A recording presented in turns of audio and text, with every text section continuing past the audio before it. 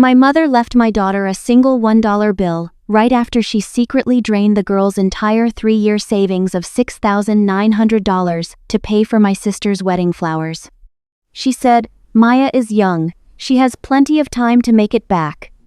But Agnes's wedding has to be perfect. What she didn't know was that she just wiped out the $45,000 her favorite daughter was supposed to receive. The Santa Ana winds were blowing through Newport Beach that afternoon, a dry, irritable heat that made the palm fronds hiss like nesting snakes. In Orange County, the heat doesn't make you sluggish, it makes you brittle. It's an arid, electric kind of tension that crawls under your skin and stays there. Inside our home, the air conditioning hummed with a low hum, trying to keep the 100 degrees Fahrenheit desert air at bay. I was in the kitchen, slowly working through a Blue Magic smoothie, when the silence of the house was punctuated by a sharp, hollow thud. I looked up to see Maya. My 17-year-old daughter stood in the hallway, her face a mask of pale shock that made the freckles on her nose stand out like ink splatters. In her hands, she clutched a heavy glass canister, a designer apothecary jar she'd repurposed, adorned with a single sticker, "Future Marine Biologist, Australia Fund." The jar was chillingly empty. No, not entirely empty. Sitting at the very bottom, looking microscopic against the thick glass floor, was a single $1 bill. It had been meticulously folded into the shape of a butterfly. "Mom?" Maya's voice was barely a whisper, thin and cracking like parched earth. "It's gone, all of it. I was going to clear the balance for the Great Barrier Reef program today. It was supposed to be done, Mom, all of it." I felt a sudden, sharp drop in my chest, the kind of sensation you get when you realize a load-bearing beam has just snapped. I knew that butterfly. It was a signature, a whimsical, patronizing little habit my mother, Vanessa, had used since I was a child. She called them butterfly kisses, usually given to us when she was feeling particularly generous with her pocket change. To see it here, at the bottom of my daughter's stolen future, was a declaration of war. To understand why my heart felt like it was being ground into the porcelain floor, you have to understand Maya's grind. In a town where most kids her age spent their summers lounging on private docks or posting curated, candid shots from the Waldorf Astoria, Maya had chosen the dirt. For 3 years, she had built a pet-sitting and dog-walking empire in the steep, winding hills of Newport Coast and Laguna Beach. I had watched her come home every evening, her sneakers ruined by trail dust, her shirt salt-crusted from the sweat of walking 3 golden doodles at a time in the relentless California sun. She had worked through the holidays, waking up at 5 a.m. on Christmas Day to feed horses in the canyons, while my sister, Agnes, and my mother lounged in silk pajamas, sipping mimosas and complaining about the lack of service at the local country club. I could have easily funded Maya's internship. As an architect specializing in high-end coastal residential, my bank account was more than healthy. But after my divorce 10 years ago, after my ex-husband had systematically stripped away my confidence and my assets, I wanted Maya to know the weight of her own agency. I wanted her to know that her dreams were built on a foundation of her own making, one that no man or circumstance could ever pull out from under her. And now, my mother had treated that foundation like a slush fund. Maya used to greet her grandmother's visits with such fervor, pouring out her dreams and plans with a trusting heart. Vanessa would offer her smiles and polished praise, occasionally playing the doting benefactor by tucking a $5 bill into the glass jar. It was a cold, calculated betrayal. The very person who had helped build that small reservoir of hope was the one who eventually reached in to drain it dry. The rage that sparked in me wasn't the hot, messy kind. It was cold. I remembered Vanessa's comments from dinner last week. She had been lamenting the rising costs of Agnes's boho chic wedding at Pelican Hill. "The white orchids are double the price this season, Cassandra." She had sighed, adjusting her diamond tennis bracelet. "Agnes is just devastated. She needs that floral arch for the ceremony photos. Her Instagram followers expect a certain aesthetic, you know? Family really should step up when things are this critical." I had ignored her then, thinking it was just more of her usual narcissistic chatter. "Get in the car, Maya," I said. My voice was low, vibrating with a frequency I hadn't used in a decade. "Mom, what are we doing?" "We're going to Newport Coast," I said, grabbing my keys. "And we're going to find out exactly how much those flowers were worth to your grandmother." As we walked out into the shimmering, oppressive heat of the Santa Ana winds, I felt a total shift in my internal architecture. For years, I had been the reliable one. I had been the daughter who designed Vanessa's home renovations for free, the one who covered the gaps in her lifestyle expenses, the one who stayed silent to keep the peace.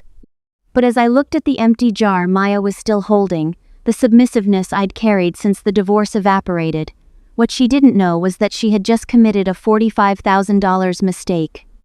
That was the amount I had quietly earmarked as a wedding gift for Agnes, a gesture to settle her catering bills and give her a fresh start. I started the engine. The high-performance hum of the SUV felt like a growl. The origami butterfly sat at the bottom of a glass jar behind the passenger seat, where I had carefully placed it inside a small cardboard box at once, a cruel taunt and a quiet heartbreak. The drive to Newport Coast was a study in rising temperatures and falling patience. The SUV's tires hummed against the pristine asphalt of Pacific Coast Highway, the ocean to our right, a mocking, glittering blue. Beside me, Maya was a statue of quiet grief, her hands folded in her lap as if she were afraid to touch anything and find it empty. In the world of architecture, we call it structural fatigue, the point where a material has been stressed so many times, it simply forgets how to hold itself up. Vanessa's house sat behind a gate within a gate, a Mediterranean-style monolith overlooking the Pacific. As we stepped out, the Santa Ana winds whipped a stray strand of hair across my face like a lash. But the moment the heavy mahogany doors swung open, we were enveloped in the Newport chill, a hospital-grade HVAC system that smelled faintly of expensive eucalyptus diffusers and a complete lack of soul. "Cassie!" And Maya, "Look at you, you're glowing, though perhaps a bit wind-blown," Vanessa greeted us, gliding across the white marble foyer. She looked curated, her skin pulled tight by the best surgeons in the county, her linen lounge set the exact color of an unblemished pearl. She reached out to touch Maya's cheek, but my daughter flinched, retreating into the shadow of my shoulder. "We're not staying for the pleasantries, Mom," I said, my voice hitting the marble like a dropped chisel. I held up the glass canister. The sun hitting the foyer made the single-folded butterfly at the bottom glow with a sickeningly bright light. "Where is Maya's money?" Vanessa's smile didn't break. It merely pivoted into that disappointed matriarch expression she had perfected over decades. She turned and walked toward the kitchen, a masterpiece of Calacatta marble and hidden appliances. "Honestly, Cassandra, you've always had such a transactional view of relationships," she said, her back to us as she poured 3 glasses of alkaline water. "Family isn't a balance sheet, it's a support system. And right now, your sister is in a crisis." Agnes wandered in from the terrace, her phone practically fused to her palm. She was wearing an oversized bride sweatshirt and biker shorts, her hair in a messy bun that probably took 40 minutes to achieve. "Mom, did the florist call back?" Agnes asked, ignoring us entirely. "If I don't get the white orchids for the Pelican Hill reception, the whole coastal boho aesthetic is dead. My photographer said the lighting at the resort requires editorial-grade florals, or the shots will look flat, and Thatcher is being so weird about the budget. He says he won't pay for perishable decor." I looked at my sister, a woman who measured her worth in engagement metrics and the approval of a man who treated her like a line-item expense. Then I looked back at Vanessa, who was handing a glass of water to Agnes with a look of pure, enabling devotion. "I simply reallocated some funds for the family's immediate needs, Cassandra," Vanessa said, her voice devoid of even a hint of shame. "And before you start a scene, remember that Maya is 17. She has her whole life to save for a trip. But Agnes, this is her moment. She's building a brand, a life. She can't walk down the aisle looking mid-tier." "Mid-tier?" I whispered. The word felt like a slap. Maya worked 5 a.m. shifts on Christmas. She walked dogs until her feet bled in the Laguna Hills while you two were getting oxygen facials. That wasn't family money, Mom. That was her life's blood. "She can work more shifts," Agnes chimed in, scrolling through a digital lookbook. It's just dog walking, Cassie. It's not like she's performing surgery. Besides, she can go to Australia after she finishes college. What's the rush?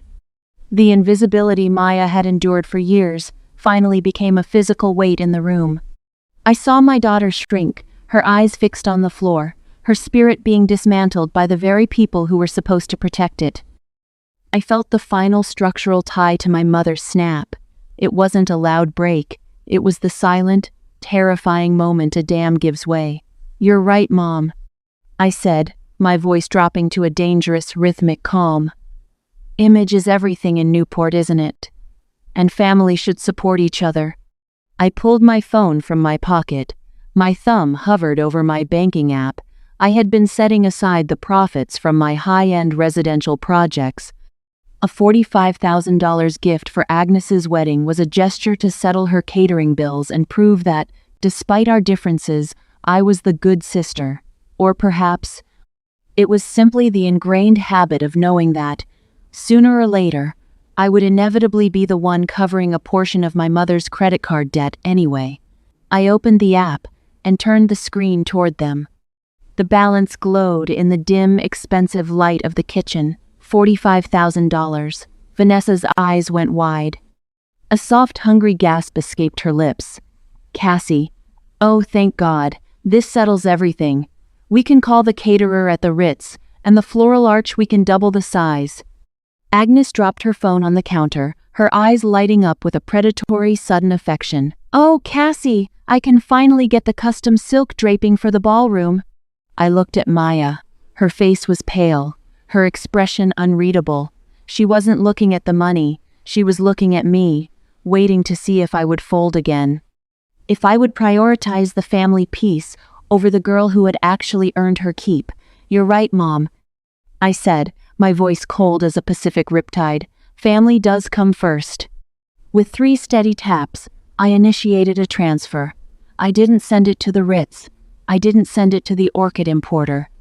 I transferred the full cost of the Australian internship, plus an extra $5,000 for travel and gear, directly into Maya's college savings account. Transfer successful. "What are you doing?" Agnes asked, her voice rising to a shrill, frantic pitch as she watched my face. "I'm reallocating the budget," I said, tucking the phone back into my pocket. "Maya's future just got fully funded, and as for your wedding gift, Agnes, that $45,000 wasn't just a gift, it was the deposit for the ballroom at Pelican Hill. Without it, your coastal boho dream is just a Pinterest board." Vanessa stood frozen, the glass of alkaline water trembling in her hand. As the silence in the room became a vacuum, the sound of an entire high society future collapsing under the weight of a single, honest debt. A vacuum created by the sudden withdrawal of $45,000 from the family's expectations. In an architect's world, when a cantilevered structure loses its support, there is a terrifying moment of stillness before the entire thing yields to gravity. I watched the realization sink into my mother's face, not a realization of guilt, but the cold, hard math of a tactical error. Vanessa's hand trembled slightly as she set her glass of alkaline water on the marble. The Newport chill in the air seemed to sharpen. "Cassandra," she began, her voice dropping into that melodic, manipulative register she used when she wanted to negotiate a change order. She stepped toward me, her heels clicking like a countdown. "You've made your point, you've protected Maya, but let's be rational. That $45,000. You said it was for the wedding. You can't just take it back because of a temporary disagreement over a few $1,000s. "It wasn't a disagreement, Mom. It was a theft," I said. I looked at Agnes, who was staring at the floor, her mind clearly frantically scrolling through her mental budget. "Cassie, come on." Agnes snapped, her boho chic facade finally cracking to reveal the entitled child underneath. "You know Thatcher isn't paying for the catering at Pelican Hill. He thinks a buffet at a country club is fine. If you don't put down that deposit, I lose the date. I lose the ballroom. My entire branding for the next 6 months is tied to this wedding. Do you have any idea what this does to my engagement?" I looked at my sister, a woman who measured her life in pixels and likes, and felt a profound sense of exhaustion. "I know exactly what it does, Agnes. I had an appointment with Beatrice at Saffron and Silk for 4 o'clock this afternoon. I was going to hand her the check, a gift, to ensure you had your A-list moment. Agnes's eyes lit up with a desperate, predatory hope. So you're still going? We can just go now. I'll even apologize to Maya. Maya, I'm sorry, okay? There. Now Cassie, we have to hurry or we'll lose the slot. The lack of sincerity in her voice was a structural flaw I could no longer ignore. I'm not going to the appointment, Agnes, I said. I pulled out my phone and hit the speed dial for the catering director. I pressed the speakerphone icon and set the device on the marble island. The ringtone echoed through the silent, sterile kitchen. Saffron and silk, Beatrice speaking. A crisp, professional voice chirped. Hello, Cassandra. We're all set for the 4 o'clock. Are you on your way? Agnes leaned forward, her breath hitching. Vanessa was frozen, her face a mask of dawning horror. Beatrice, it's Cassandra Vance, I said, my voice as steady as a plumb line. I'm calling to cancel the appointment. I will not be providing the $45,000 deposit for my sister's wedding. The silence on the other end of the line was mirrored in the room. I'm sorry? Beatrice asked, her professional veneer slipping. Cancel? Cassandra, if we don't have the deposit by 5, the Pelican Hill date opens up to the waitlist. There are 3 other brides vying for that weekend. Let them have it, I said, locking eyes with my mother. The funding for this project has been pulled, due to a catastrophic failure in leadership. Thank you, Beatrice. I ended the call. For 3 seconds, the only sound was the hum of the refrigerator. Then, the collapse began. Agnes screamed a jagged, ugly sound that tore through the curated peace of the Newport house. You've always been small-minded, Cassie. You're ruining a legacy for a dog walker's pocket change. I'll be the laughingstock of the OC. Everyone knows I booked Pelican Hill. Vanessa turned pale, the blood retreating from her Botox-tightened skin until she looked like a ghost of herself. She realized, too late, that she had traded a $45,000 fortress for a $6,000 heist. Cassie, wait, Vanessa stammered, her voice shaking. She started backpedaling, her sweet mask finally shattered. I'll pay Maya. I'll find the money. I'll sell the Cartier watch your father gave me. Just call Beatrice back. Tell her it was a misunderstanding. We can't lose the ballroom. Too late, Mom, I said. The loathing I felt was pure, a cold jet of ice in my veins. The foundation is gone. You can't build a high society wedding on a theft. Maya, let's go. I turned and walked out, not looking back at the sobbing bride or the ghost-white matriarch. The dry Santa Ana wind hit me like a physical wall. I climbed into the SUV and pulled my phone back out. I opened the security app to review the morning's footage, and there she was, my mother, arriving at 10 a.m. I'd been buried in blueprints in my home office at the time, buzzing her in remotely with the weary assumption that she'd only come to nag about the wedding preparations. By the time I finished and headed downstairs, she had already vanished. The phone vibrated against my palm. A message from Vanessa. You're misunderstanding. I was only borrowing from Maya for the flower deposit. I was going to pay it back soon. There it was. That was all I needed. I had the evidence, and I had the lawyers. I drafted a swift email before shifting the car into gear. To Cole Morgan. Cole, I need the sharpest, coldest version of you. My mother stole nearly $7K from my daughter's room. I have the footage and the confession. I want it back with interest. Handle it. I glanced at Maya. She looked at me, and for the first time in years, the shadow of submissiveness in her eyes had been replaced by a sharp, clear recognition. She wasn't just my daughter anymore. She was an apprentice in the art of the no. As we drove down the coast, the sun was a blinding orange coin sinking into the Pacific, a final payment on a debt Vanessa didn't even realize she owed. The notifications on my phone were like a series of microquakes, each vibration a tiny fracture attempting to spread through the new foundation I was pouring. In the sterile, air-conditioned quiet of my home office, the sound was deafening. I didn't have to look at the screen to know the source. In Orange County, social suicide is considered a fate worse than death, and my mother was currently frantically trying to resuscitate her reputation. Vanessa's texts were a masterclass in high-end gaslighting. Cassandra, you've clearly had a heat-induced breakdown.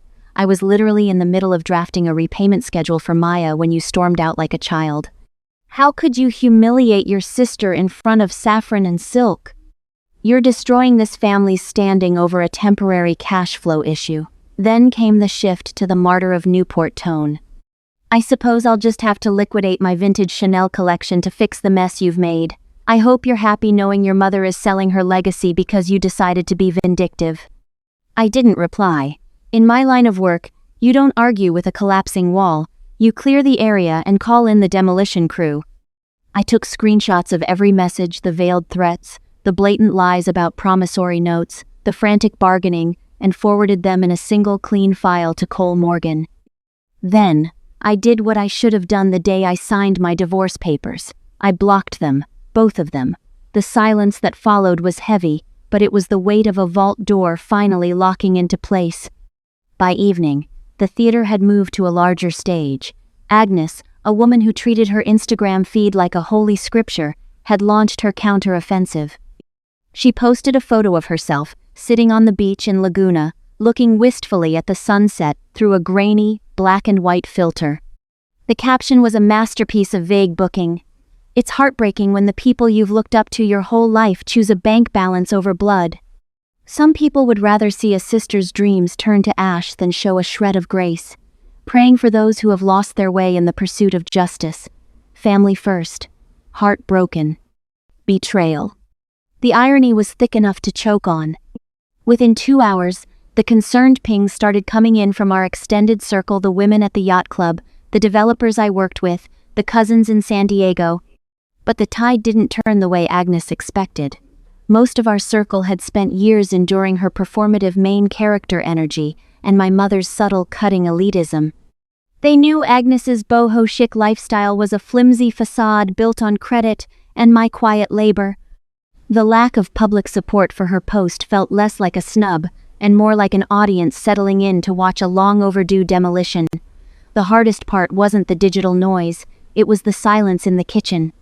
I watched Maya sitting at the island, her laptop open to the Great Barrier Reef internship portal, but her eyes were fixed on the empty glass jar. "She used to call me her little pearl," Maya said softly, her voice devoid of its usual spark. "Every time I dived into the pool, or brought home a science trophy, she'd tell me I was the family's sole appreciating asset.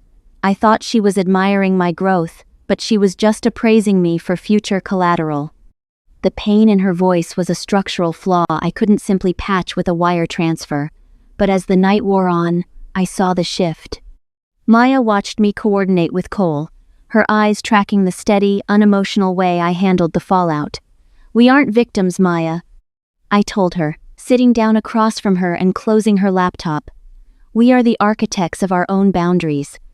If the people inside the house are trying to burn it down, you don't stay and try to save the furniture. You walk out and let the insurance handle the rest." She looked at her phone. Agnes was now posting budget-friendly mood boards to garner sympathy likes, and then she looked at me. She sat up a little straighter, the slumped shoulders of the girl who had been robbed, replaced by the sharp, defensive lines of a woman learning how to hold her ground. The Santa Ana winds were still howling through the canyons of Orange County on Friday, the kind of devil winds that make the brush brittle and the people even more so. In this heat, the sky is a flat, bruised blue, and the air smells faintly of sage and distant wildfires. I sat in my home office, watching the dust motes dance in a sliver of sunlight, when Maya walked in. She looked like a different person than the girl who had collapsed in the hallway. Her face was flushed, her hair pulled back in a utilitarian knot, and her skin was dusted with the fine silt of the Laguna hiking trails. But her eyes were cold as the Pacific at dawn. "She was waiting for me at the trailhead," Maya said, dropping her hydration pack on the floor. She was leaning against her Lexus, looking like she'd stepped out of a Street John catalog, silk scarf, oversized sunglasses, not a hair out of place despite the wind. "My mother, Vanessa, never did anything without an audience, even if that audience was just her own ego. She tried to hug me," Maya continued, her voice devoid of its usual warmth. She smelled like Joe Malone in desperation. She started crying, the kind of quiet, elegant weeping she does at charity galas. "She told me I was her little pearl, and that I had to talk to you. She said I was the only one who could reason with your sudden cruelty before the lawyers destroyed our family's legacy." "And?" I asked, my heart hammering against my ribs. Maya reached into the pocket of her leggings. She pulled out the $1 bill Vanessa had left in the jar, the one folded into a butterfly. It was wilted now, the edges frayed from being carried in a pocket through a heat wave.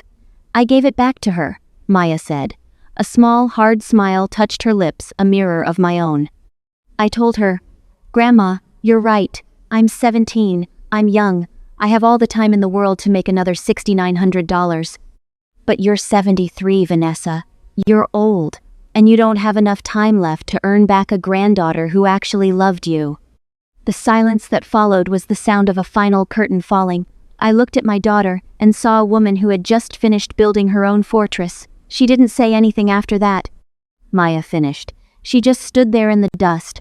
I think she realized her white silk scarf was starting to turn cream. "Go get some water, baby," I said, my voice thick.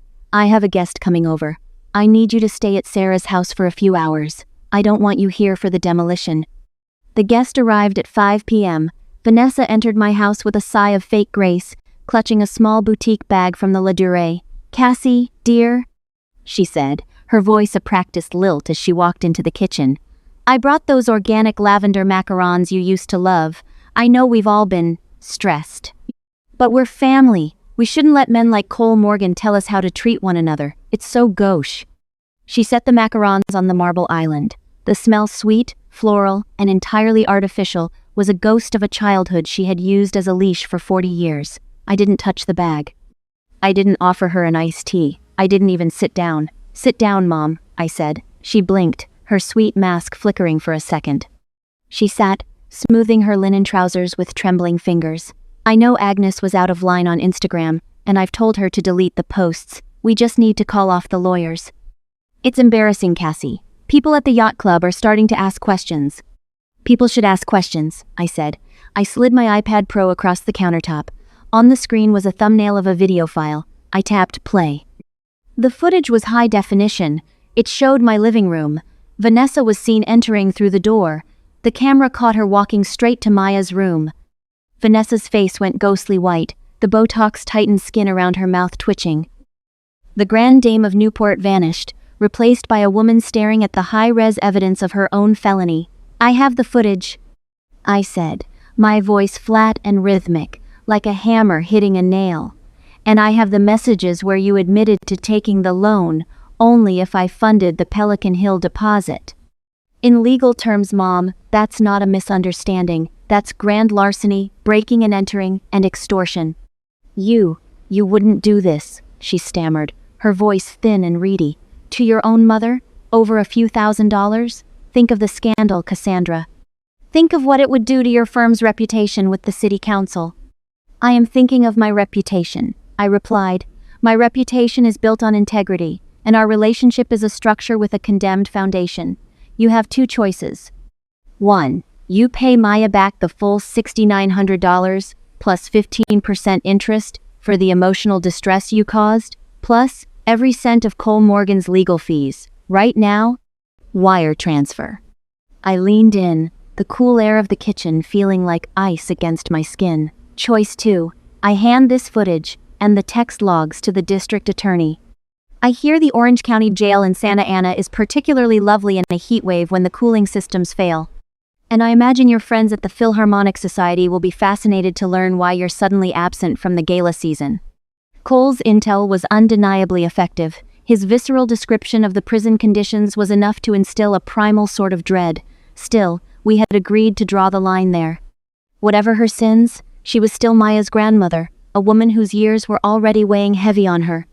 Maya's faith in her had withered to nothing, yet the girl had no stomach for true cruelty. She didn't want to see her grandmother broken by the weight of the law. Vanessa looked at the iPad, then back at me. She looked for the good daughter she had spent decades training. She didn't find her. "You've changed," she whispered, a sneer finally breaking through her vanity. "You're cold. You're just like your father was before he left for Seattle." "No, Mom," I said, checking my watch. "I'm an architect. I've just finally learned how to read the blueprints of a toxic site. You have 10 minutes to make the transfer. After that, I call the police." I walked to the window and watched the palm trees whip in the wind. Behind me, I heard the frantic, shaking taps of a woman who had finally realized that her favorite daughter's social media metrics weren't worth the price of her own freedom. The soft chime of a banking notification. Vanessa left without a word, her shattered, trembling silhouette, a far cry from the woman who had lived in my mind for so long. The lavender macarons sat untouched on the marble, a sweet, crumbling bribe that had arrived far too late to save a house that had already been leveled to the ground. The Tom Bradley International Terminal at LAX is a temple of glass and steel, a place where the frantic energy of Southern California finally hits a hard boundary. Standing near the security entrance, I watched Maya. She didn't look like the girl who had collapsed in my kitchen a month ago. She looked like someone who had survived a structural failure and walked out with the blueprints for a much larger life. She adjusted the straps of her heavy-duty backpack, the kind meant for the rugged coastal work of the Great Barrier Reef. She had received every cent of the $6,900, plus the 15% interest my mother had practically bled onto the keyboard to transfer. "I'm ready, Mom," Maya said. Her eyes were steady, the sadness of the betrayal now just a weathered patina on her character, rather than a fresh, bleeding wound. She hugged me tight, a firm, grounding embrace that felt like reinforced steel. "Go save the oceans. I'll be right here, building the base camp for whenever you come back." I watched her walk through the metal detector, her silhouette disappearing into the stream of travelers heading toward the Pacific. For the first time in my adult life, I didn't feel the phantom weight of my mother's expectations or my sister's manufactured crises. I had shed my lifelong submissiveness, like a skin that no longer fit. I was no longer the woman who built luxury facades for others. I had finally built a fortress for myself. I walked out of the terminal and drove south, back toward Newport. I didn't go home. I went to my new office, a space I had designed with high ceilings and floor-to-ceiling windows that looked straight out at the ocean. I pulled over at a small cafe in Crystal Cove and ordered an espresso, the bitter steam a sharp contrast to the salty sea air. I pulled out my phone not to check for the calls, but to see the public wreckage of the boho chic wedding. Agnes's Instagram was a ghost town. She had archived every single post related to Pelican Hill. A mutual acquaintance had posted a grainy photo of the ceremony from the day before. There were no white orchid arches, no custom silk draping, no high-end catering from Saffron and Silk. Instead, the wedding had been a rushed, shabby chic affair in a generic community hall in the valley, decorated with grocery store carnations and a palpable sense of defeat. Thatcher Barnes, the notoriously frugal fiancé, looked like he was checking his watch in every photo. Agnes looked like she was holding back a scream behind a veil that was clearly off the rack. The high society style had been stripped away, leaving only the naked truth of two people who valued optics over substance. Rumor had it that the Barnes family had pulled the plug on the remaining budget the moment they realized my mother's wealth was just a house of cards held together by my quiet labor. I took a sip of my coffee and felt a strange, quiet peace. I didn't feel joy at their misfortune. I felt the clinical satisfaction of a job done right. When you ignore the rot in the floorboards for decades, you shouldn't be surprised when the piano falls through to the basement. Vanessa lived only 10 minutes away, yet we were worlds apart. I had instructed Cole Morgan to finalize the no-contact agreement. She had tried to send one last peace offering, a gift box of those organic lavender macarons, with a note claiming she'd only done it for the good of the family. I had dropped the box, unopened, into the trash bin at the firm. Love doesn't steal from the next generation to pay for the vanity of the current one. I entered my office, the sunlight hitting my drafting table in clean, straight lines. I wasn't working on a project for a Newport socialite. I was sketching the preliminary designs for a pro bono marine education center I wanted to help fund in Laguna. The cruel dollar bill was gone, likely spent or lost in the chaos of my mother's financial ruin. But the lesson it taught me that some things are too expensive to be bought with silence was etched into the very foundation of my new life. I picked up my pencil, the lead hitting the paper with a precise, satisfying click. I was finally building something that would stand the test of time.